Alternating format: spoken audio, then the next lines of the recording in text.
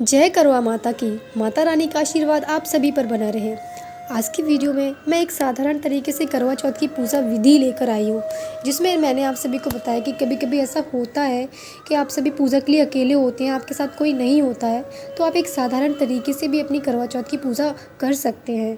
बिल्कुल साधारण तरीके से मैंने इसमें विधि बताई है, तो आप सभी वीडियो को पूरा ज़रूर देखें और वीडियो के अंत तक जुड़े रहें। इसमें करवा चौथ की कहानी भी मैंने बताई है, इसलिए वीडियो को अंत तक ज़रूर देखें। इसके लिए हमें चाहिए एक साधारण लाल वस्त्र या पीला वस्त्र। लाल और पीला दोनों ही कपड़ा ऐसे हैं जो सुहाग के लिए बहुत ही सुटेबल माने जाते हैं, तो आप सभी लाल कलर का या पीले कलर का ले सकती हैं आसनी बनाने के लिए, जिसमें माता रानी की मूर्ति करेंगे। उसके बाद हमें इसमें इस पूजा में गेहूं का बहुत अधिक महत्व होता है। अगर आपके पास गेहूं अवेलेबल नहीं है तो आप चावल भी रख सकते हैं।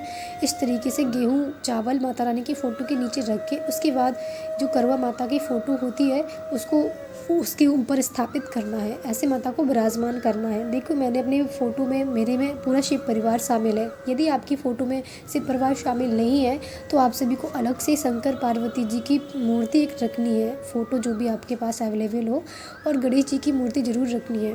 उसके बाद 2 कलश के लिए स्थान बनाना है, क्योंकि एक करवा माता पार्वती को समर्पित होता है और एक करवा जिसमें हम पूजा करते हैं।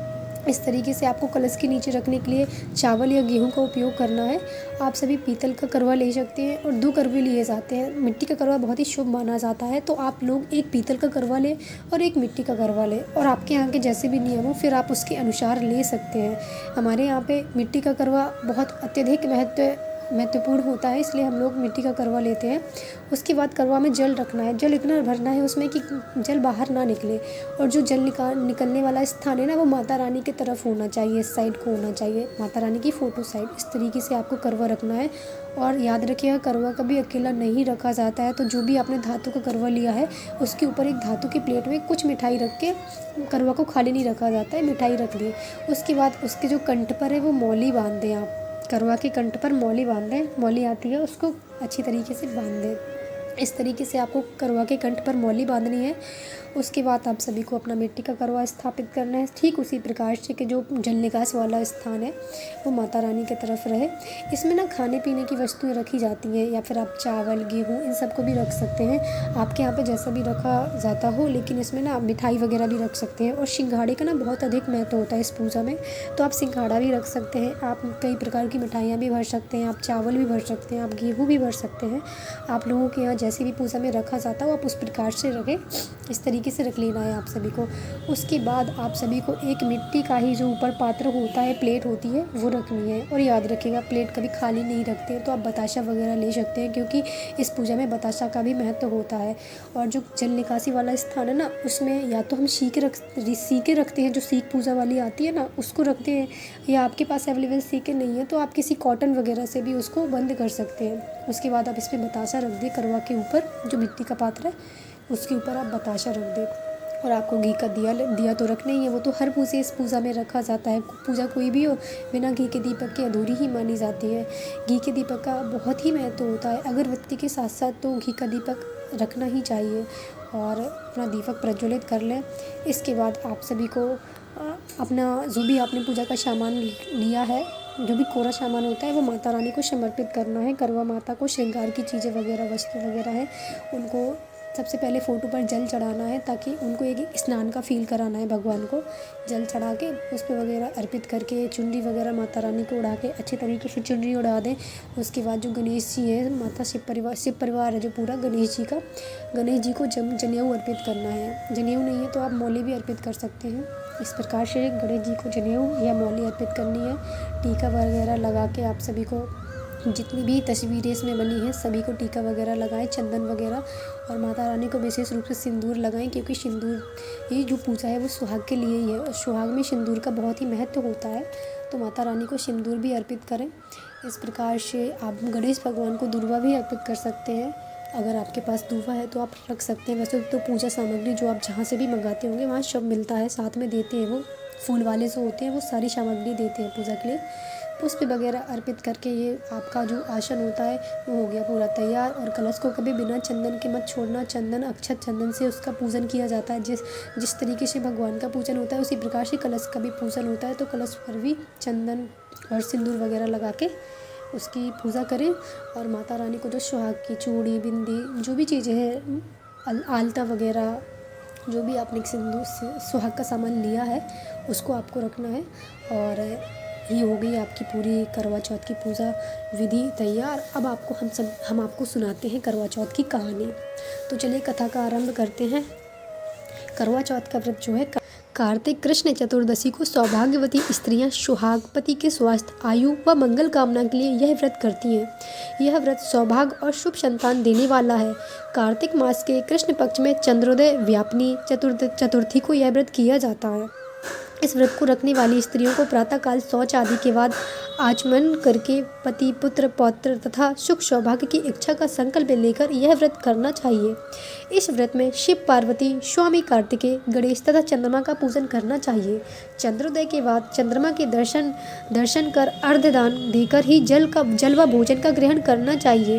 पूजा के बाद तांबे या मिट्टी के करवे में चावल, उड़द की दाल, सुहाग की सामग्री यथा जैसे कंघी, शीशा, सिंदूर, चूड़ियाँ, रिबन तथा रुपया रखकर दान करना चाहिए। सासू जी के पांव छूकर फल, मेवा व सुहाग की सारी सामग्री उन्हें देनी चाहिए। इस व्रत के महत्व पर महाभारत में एक कथा मिलती है। कथा का प्रारंभ करते हैं। पहली कथा। एक बार अर्जुन नीलगिरी पर तपस्या करने गए। द्रौपदी ने सोचा, यहाँ हर समय अनेक प्रकार की विघ्न बाधाएं आती रहती हैं, उनके शमन के लिए अर्जुन तो यहाँ है नहीं, अतः कोई उपाय करना चाहिए। उन्होंने भगवान कृष्ण का ध्यान किया। भगवान वहाँ उपस्थित हुए तो द्रौपदी ने अपने कष्टों का निवारण हेतु कुछ उपाय बताने को कहा। तो श्री कृष्ण बोले, एक बार पार्वती जी ने भी शिव जी से यही प्रश्न किया था। तो उन्होंने कहा था कि करवा चौथ का व्रत गृहस्थी में आने वाली छोटी मोटी विघ्न बाधाओं को दूर करने वाला है, पित्त प्रकोप को भी समाप्त करता है। श्री कृष्ण द्रौपदी से कहते हैं कि प्राचीन काल में एक धर्मपरायण ब्राह्मण के 7 पुत्र तथा एक पुत्री थी। बड़ी होने पर उसका विवाह किया। चतुर्थी को कन्या ने करवा चौथ का व्रत रखा। 7 भाइयों की लाडली बहन को चंद्रोदय से पहले भूख सताने लगी। उसका फूल सा चेहरा मुरझा गया। भाइयों के लिए बहन की यह वेदना असहनीय थी। वे कुछ उपाय सोचने लगे। पहले तो उन्होंने बहन से चंद्रोदय से पहले ही भोजन करने को कहा, पर बहन ना मानी। तो भाइयों ने स्नेहवश पीपल की आड़ में प्रकाश करके बहन से कहा, देखो चंद्रोदय हो गया, उठो, अर्घ्य देकर भोजन करो। बहन उठी, चंद्रमा को अर्घ्य देकर भोजन कर लिया। भोजन करते ही उसका पति मर गया। वह रोने चिल्लाने लगी। देवयोग से इंद्राणी देववासियों के साथ वहां से जा रही थी।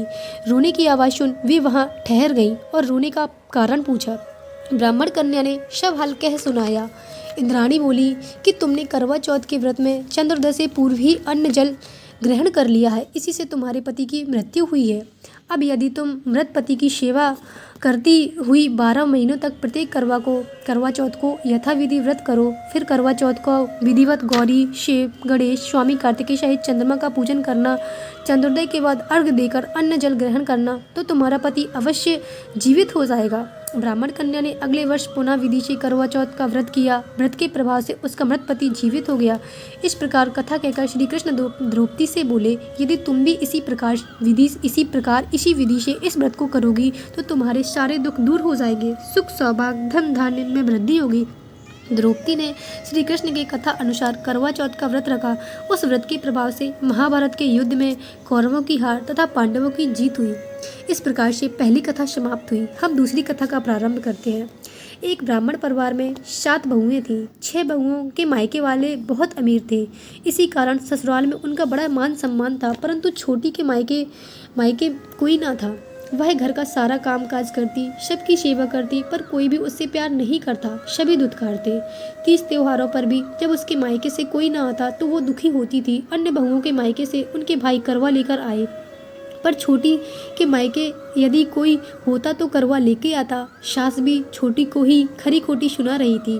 वह दुखी होकर घर से निकल पड़ी। वह जंगल में जाकर रोने लगी। एक नाग बहुत देर तक उसका रोना सुनता रहा। अंत में वह अपने बिल से निकला और आया। वह छोटी से पूछने लगा, बेटी क्या बात है, तुम रो क्यों रही हो? छोटी बोली, आज करवा चौथ है, मेरा कोई भाई नहीं है। यदि कोई भाई होता तो आज जरूर करवा लेकर आता।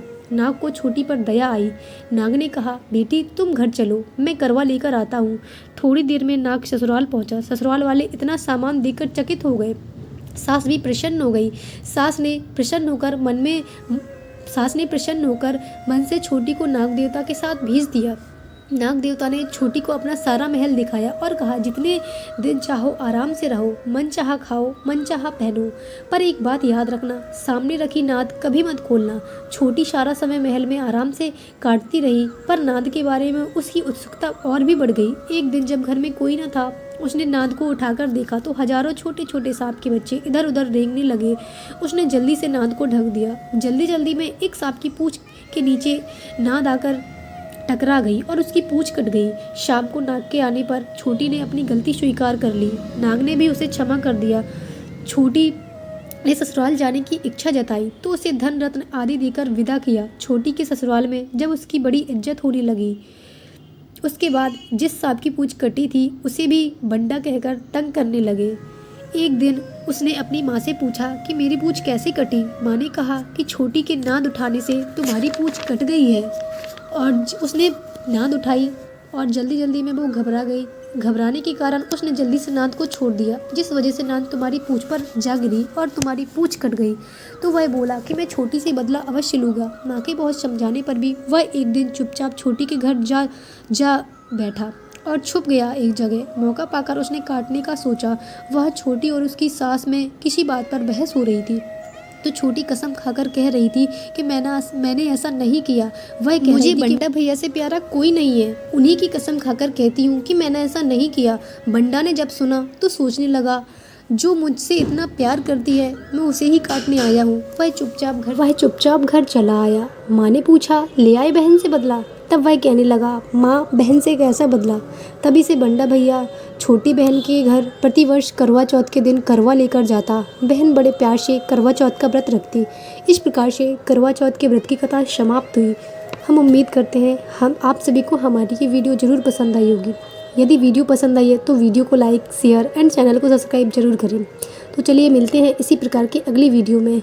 जय शिव पार्वती जी। भगवान की कृपा आप सभी पर बनी रहे।